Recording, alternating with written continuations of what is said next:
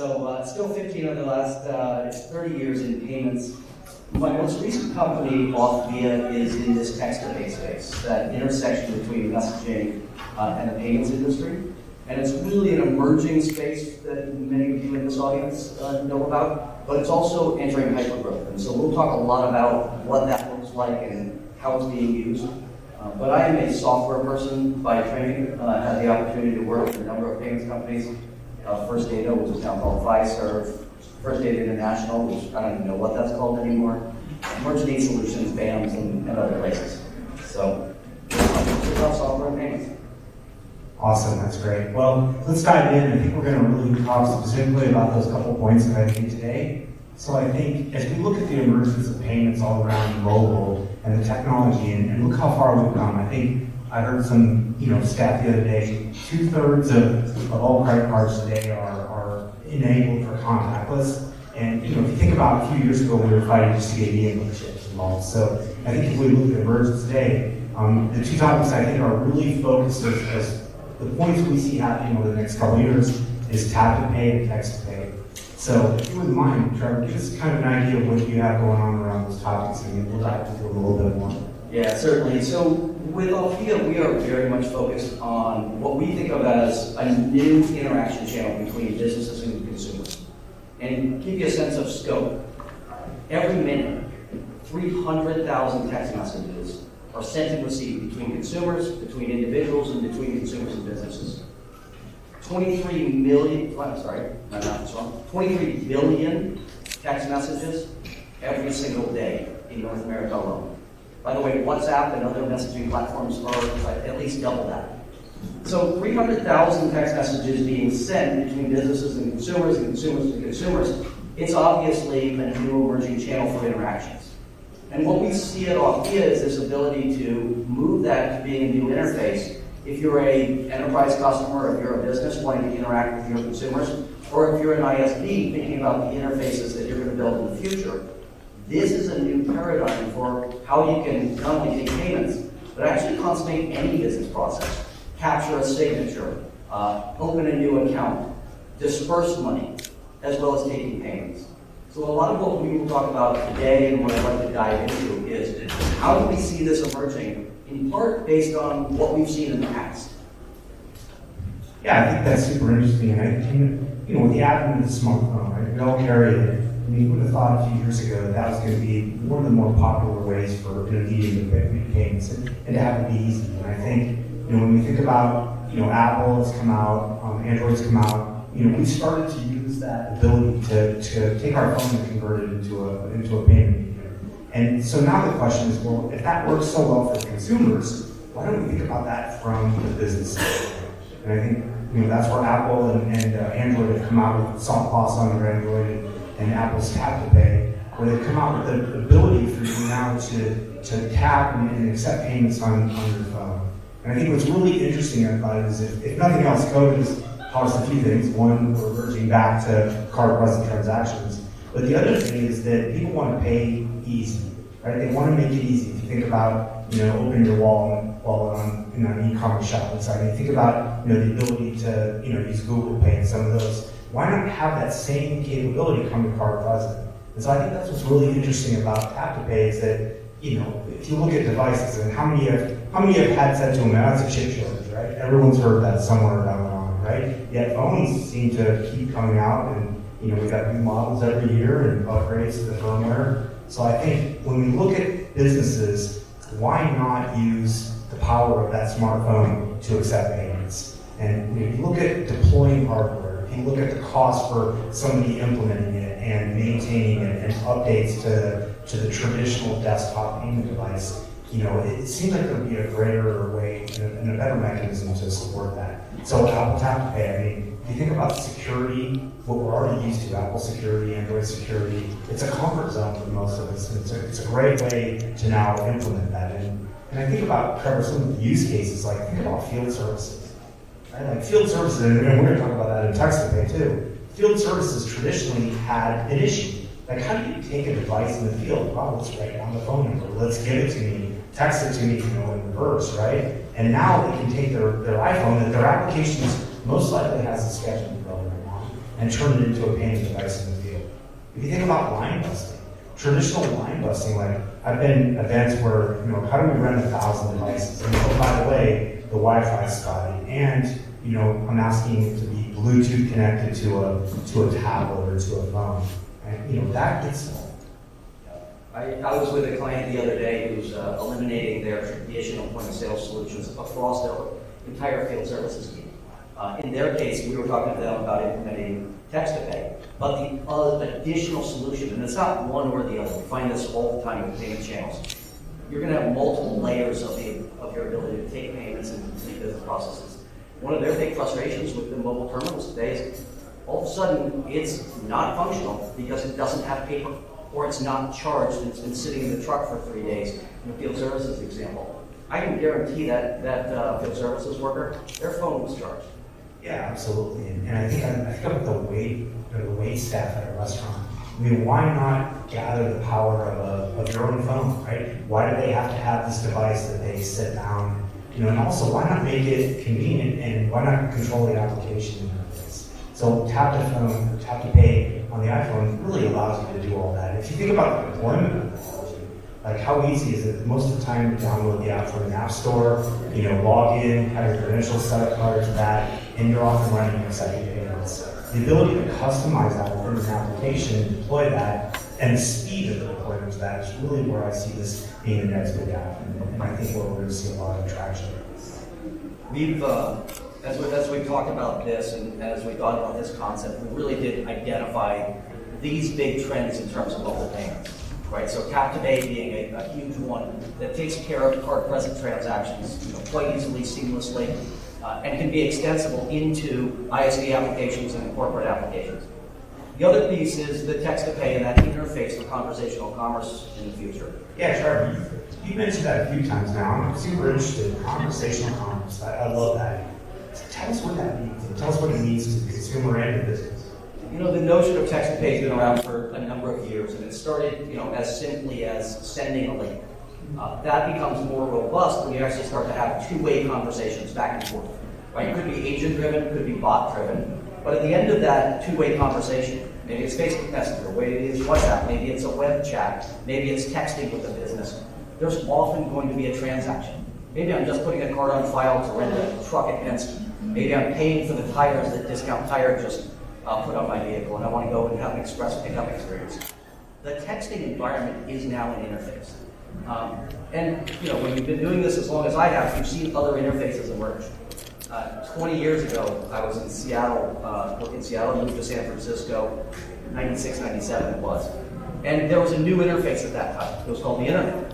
And a lot of software companies, a lot of payments companies didn't really get the Internet. They didn't get that. They said, yeah, it's a publishing medium, right? But it's not going to be a commerce medium in the same way brick and mortar is. Or other interfaces that came before, telephony, the catalog business, the village greeting. Now, I wasn't around for all of those. But those were all gathering places. They were all conversational mediums that became payment mediums. If you missed the Internet, you might not be in business anymore. You certainly, if you missed the Internet and that interface change, lost out on 20-25% CAGR growth the last 20 years. What's interesting from a history perspective is about a decade later, there was another interface that popped up, the smartphone. Right, literally, 97 to 2007, 10 years. It was at first a conversational medium. It was a way for businesses to put their app out there to interface and communicate with customers. A few years later, I book all my airline tickets, I book all my transportation, I book all my hotels, I book probably 50% of my purchases in that interface called the smartphone app. If you miss that, right, as a payments company or as a software company servicing consumers, right, you didn't take advantage of that last interface. So we've seen this movie before. We started texting with businesses a few years ago. It accelerated dramatically during COVID when we needed to stay at a safe distance, and it's continued ever since. So when I say this texting is a new interface, that's the way that businesses and ISVs really need to think about it. It's a way that businesses are interfacing and customers are interfacing with their business partners. And it's inevitable that payments and other business processes are going to insinuate themselves into those conversations with all the prerequisite securities and compliances that go along with that. That takes us to the third concept, going beyond the buy button. If you think about the early days of the internet, PayPal showed up and put a buy button up. But they didn't get the same valuation that Shopify got, right? When they came out and said, hey, we're gonna make it turnkey to not only do the buy button, but the whole shopping cart, the whole business process. And so as you think about new interfaces and what's happening over mobility, it's more than the buy button. I need to sign the waiver and pay, right? I need to give you my pet's name, the vaccine schedule, my insurance card, and pay. I need to validate who I am with an ID verification and pay. So that's where we talk about going beyond the buy button. And as software companies integrate payments, they're thinking about a much broader overall customer experience. None of this works without cloud-based wallets. You can do that as a whole session. It's not going to be one wallet to rule them all in mobility. I need to be able to use my Althea wallet at the same time I'm using my PayPal wallet or my Apple wallet, because that's where I have cards sold. I'm interfacing with the vet that has my card on file. I need all of those things to work in a federated wallet environment. And the last thing is AI and chatbots, and that truly is a whole other topic. I'm not even going to touch that, but that's going to dramatically impact how businesses and consumers interface with each other and how they interact. More to come there. Yeah, I think it's interesting as we, bought and purchased items. You think about like traditional industries where you mail that. I mean, think about HVAC and field services and general contractors. I mean, now I get a text, here's your invoice for the day, pay this. And I think as we look at that, it's only going to emerge even greater and greater. And then it's funny you mentioned Shopify. Aspiring PayFac, payment facilitators, it seemed like I have a conversation today. And it's always around kind of the same thing, like what can we do that's going to put us ahead of the pack? And what's really emerging is PayFac's traditionally 10 years ago, Trevor, they were all card not present. If you think about traditional e-commerce, some of the legal, property management, the companies out there that really kind of embraced the payment facilitator model. They weren't accepting cards, on-prem or in hand. And now that's changed. It's the number one topic I get hit with is how do you do devices? And if you think about, if anyone here has gone through an EMV cert with a tier 1 acquirer, that is a 6-month process, and probably why I have most of my gray hair, I'll say today. But having gone through it myself, like that is just, it's arduous, it's difficult, and here's the sad fact, by the time you get through that process, about 50% of the time your device is already in play. And so I think this is where it's really going to start to take effect, is when you look at tap to pay and soft POS, I think you're going to see that emerge. It's really a strong contender. And then I think look at text to pay. I see those two as, and I guess I'm curious, Trevor. I see those two as synergistic. I mean, do you see that differently, or? No, I think the key is, particularly for ISVs or large enterprises that functionally really are like ISVs in their infrastructure. They need a solution that works in store. They need a solution that works in the field. They need a solution that works completely remotely. They need a solution that puts them in or out of scope, if you will, and eliminates PCI risk with remote payments or telephony payments. And so you're going to have this continuum of payment form factors that all need to work together and ultimately need to be provided by the same provider, right? So this is one of those places where I've been an ISV before, I've licensed to ISVs, I've been in the payments world. You need to find the right set of partners that are going to provide that continuum of solutions, and you're not going to build it. I with many folks in this room, had the pleasure of running about a $20 billion payments company. We were joking before this. I outsource DMV, right? You're not, as an ISV, going to build all those certifications and maintain them. It's a fool's errand, right, unless you're the size of one of our big multinational payment processors. Yeah, even large PayFacs are starting to come and say, I'm still struggling with devices. I mean, we constantly hit it with, a lot of the main providers, they're out of certain specific devices, the chip shortage, everything, deployment of it.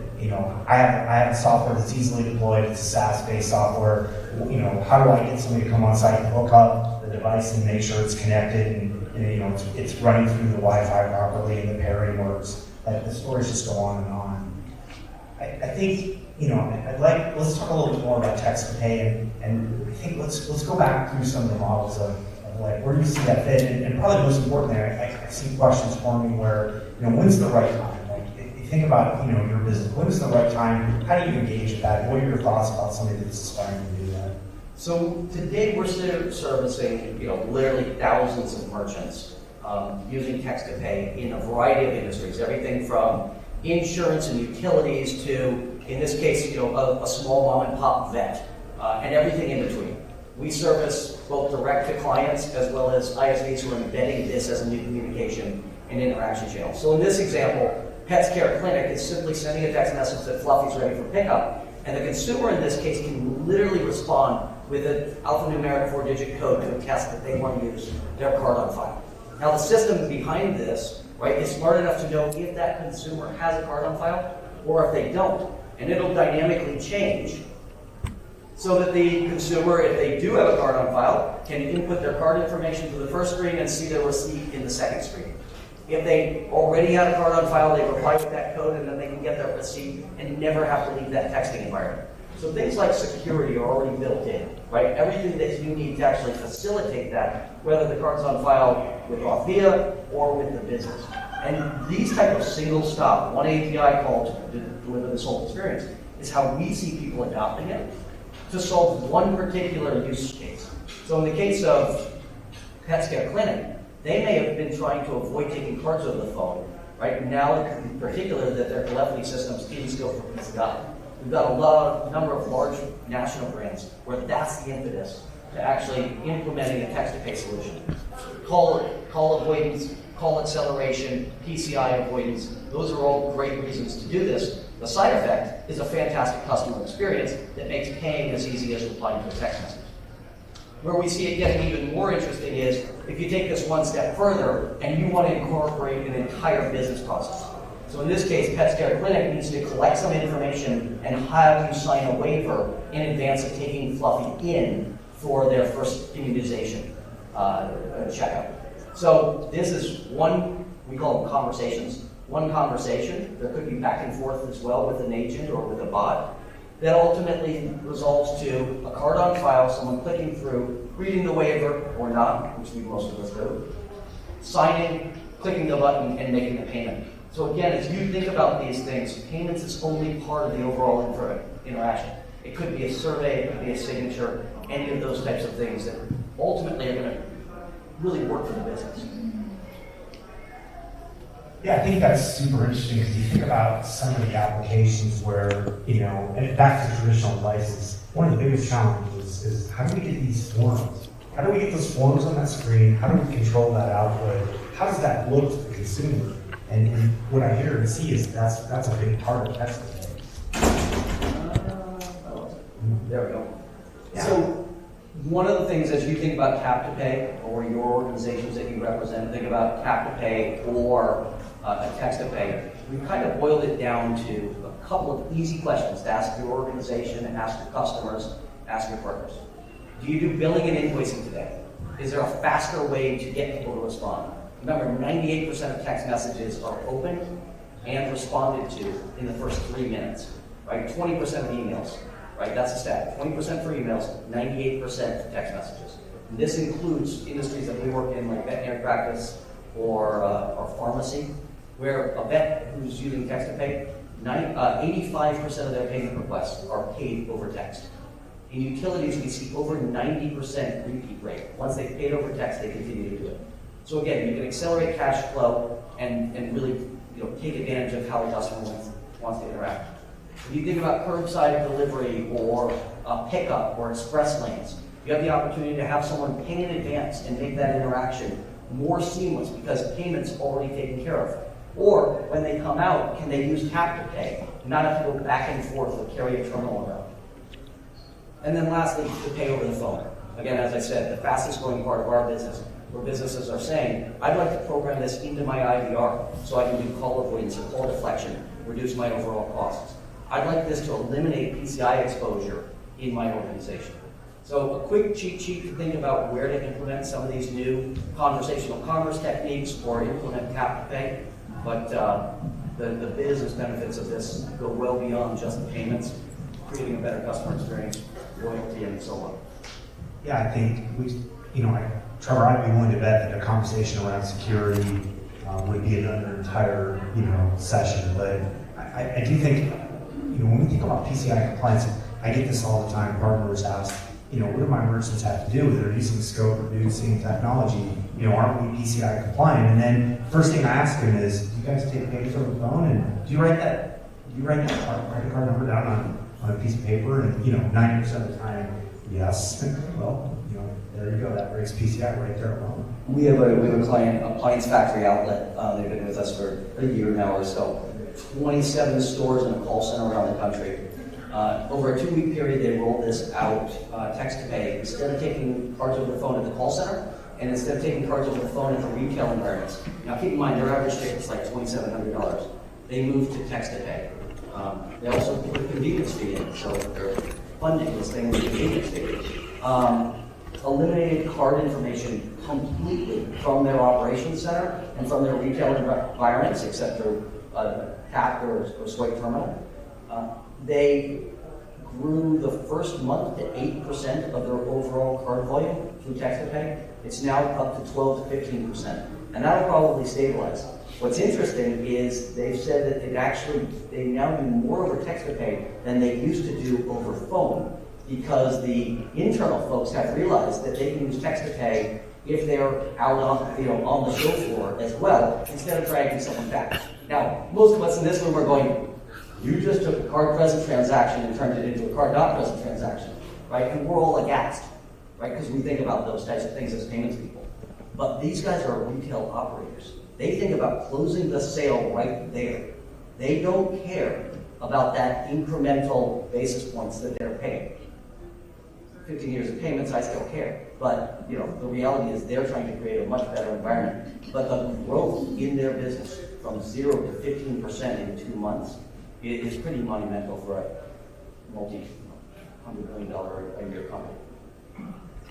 Yeah, Trevor, I'm going to assume that flashing red light says what I expected, that you and I can talk for a long time. So we're going to move on from this, but I want to thank everyone again today. Trevor and I will be around today. We're sponsoring a dinner tonight, cocktail hour tonight. And so hopefully any questions, I know we didn't leave time for much, but you guys are welcome to hit us up and ask anything of Trevor and I. But appreciate it again.